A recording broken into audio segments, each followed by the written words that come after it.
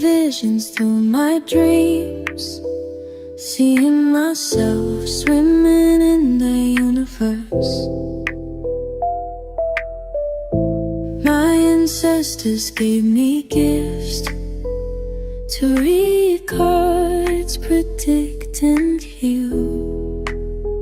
My name is Daphne, but spirit calls me Babylon.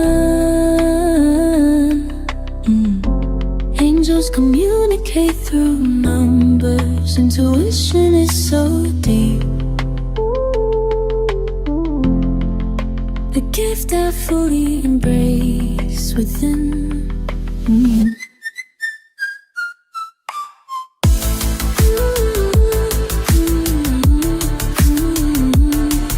Hahabulin mo daw siya.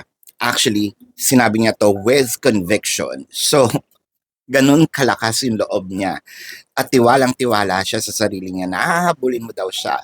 With the Knight of Swords. So, parang ang iniisip niya dito, meron siyang idea or fantasy. I don't want to say idea.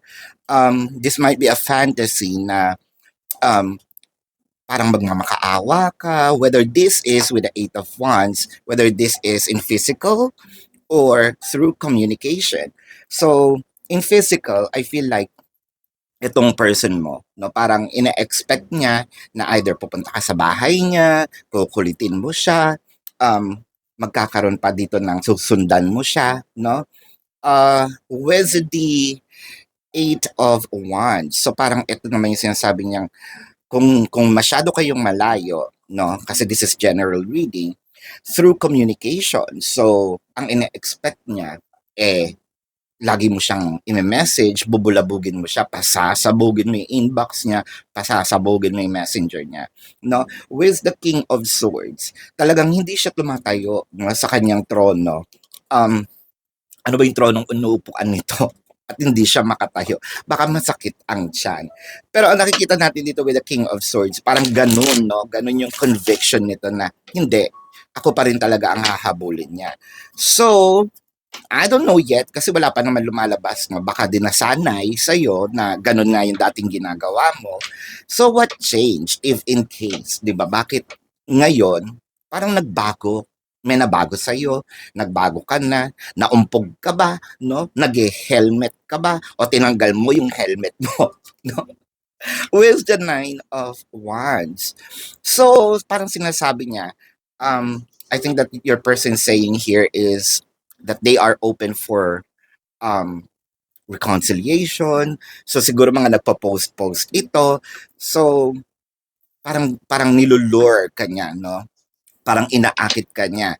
Meron to mga post-post na about sa past relationship or sa relationship niyo. Although hindi ka nakatag, alam mong para sa'yo, no? So, sino ba ang nag-i-stalk? Ikaw or siya or parehas kayo? I feel like yung iba sa inyo dito, parang parang pinapasabi ni person, no? Namimiss ka daw niya. Tapos, pag nakikita mo naman din yung post niya, parang hindi naman niya sinabi. So, ikaw ngayon, medyo nagwa-wonder ka, totoo nga ba? Well, actually, totoo yun. Ayaw niya lang, parang ayaw niyang ibaba, no, yung kanyang pride dito with the Two of Wands and the Five of Pentacles. At parang sa kanya, no, binibigyan kanya ng time frame. So, kailangan mo daw magmadali. Kailangan, kung hindi with the Five of Pentacles, your person's going to leave you in the cold. So, ibig sabihin, lalayasan kanya or isasarado niya na itong portal, yung opportunities na sinabi niyang, okay, makikipagbati ako kung hahabulin niya ako. With the Two of Wands, kailangan niya lang magmadali, no? By ganitong time frame, pag hindi pa, ayoko na. So, hindi ko alam kung pabebe or nagpapabebe or talagang matigas ang apog, no? Or makapal ang apog nito. Kasi, meron siyang fantasy nga na halos lulumuhod ka sa kanya with the Nine of Pentacles, the Queen of Cups, and the Nine of Cups. Kasi napag-usapan din naman or it could be verbally na mentioned mo, no, na kulang ang buhay mo nung wala siya. So kumanta pa tayo. Parang hindi kumpleto ang araw. Siguro nasabi mo nga ito, no, from the past, but people changed. I feel like hindi naman ito magaganito, hindi ito maghihimutok, no, hindi kukulo ang butsin nito kung hindi mo binago. So, parang sa kanya, alam niya na siya ang nagpapasaya sa'yo, no? And alam niya na itong parang kasiyahan, ngiti, ang mundo mo ay nasa kanya. Dati ka nga siguro with the Queen of Cups, siguro nasabi mo nga rin nga sa kanya na ikaw na ang para sa'yo na ako, no? Um, sa'yo lang ako, naku, saan mo to sinasabi? Nakahiga, nakatayo, nakaupo, what have you with the Nine of Cups, at one point in time, siguro sinabi mo, ikaw na siguro ang wish fulfillment ko. And alam ko yun. So, binigyan mo siya ng security. Binigyan mo siya ng certainty. Alright. So, check natin, no? Gusto ko lang ipaalala na itong reading na ito ay sa Facebook lang. Exclusive for Facebook. Hindi ko po ito ipopost sa TikTok. Well, siguro, ipopost ko to sa YouTube, no?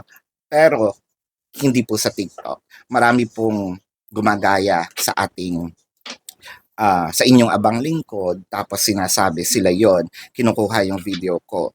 Ngayon, isang hint, pag ikaw, minessage ko, no, sasabihin ko, may promo, may ganito, may bla bla bla, wag na po kayong maniwala, okay? Check nyo, no, yung blue check mark dito sa Facebook. Sa TikTok naman is 209,000 followers na and going, and 1.3 million likes. Alright. And baka gusto nyo rin naman mag-send ng stars. Ayan. Balik na tayo sa reading, ha? With the Queen of Swords. Ha? Napalitan ng inis, napalitan ng galit, napalitan ng pandidiri. I don't know kung kanino ka nandiri. Nandidiri ka na ba sa kanya? O nandidiri ka sa nagawa mo? Or both? With the Knight of Pentacles. So, eto na nga ikaw. Hindi ka na nga kumilos. I am seeing stagnation on your part. With the Queen of Cups here, pwedeng sabihin natin kasi the Queen of Cups is on top of the Knight of Pentacles, no? Pwedeng sabihin natin, yes, there's still some feelings. I think that you want to give your person, sabihin natin, lessons, or talagang ayaw mo na, no? Kasi with the Knight of Pentacles, this is also intentional. I'm stuck right here, matigasan tayo, parang ganun din yata. Kasi with the Queen of Swords, no? Kung kikilos ka, edi wow, di good. Kung hindi, wow na lang din, no? Aantayin ko na lang mamanhid ito at masanay akong mag-isa. With the Five of Cups. Five of Cups, I think na yung panghihinayang dito yung mga wasted times, no? And wasted efforts, wasted energies. It felt like masyado mong nasayang ang iyong oras sa person mo. Masyado mong iniluklok ba, no, sa pedestal yung person mo with the Moon card, the Death card, and the Three of Swords. Although, itong sumasagi sa isip mo, marami kang tanong. One of them is, magkakabalikan pa ba kami? With the Death card, no? It might be a rebirth. Or it might be, meron pa bang tao, no, na muling magpapatibok ng puso ko ng tao na para sa akin. With the Moon card, parang hindi rin tayo nakakapagtulog-tulog. The Death card in here, it can be, meron sa yung, parang meron ng fog of war sa puso at isip mo na, should I accept, no, this might be the end? May kirot with the Three of Swords. May kirot pa rin naman. Hindi natin mapagkakaila sa sarili natin na hanggang ngayon nasasaktan tayo. Hanggang ngayon may impact pa din. Yun nga lang, nakakaasad kasi to dahil ang sinasabi niya, maghahabol ka and with conviction. No? Kung nakasulat ito sa kanyang post in capital letters with several exclamation point at talagang siguradong sigurado siya. So, this is your reading. Let's check the zodiac sign of your person. This can be their sun sign or a placement in their chart or nandito din naman ang inyong zodiac sign.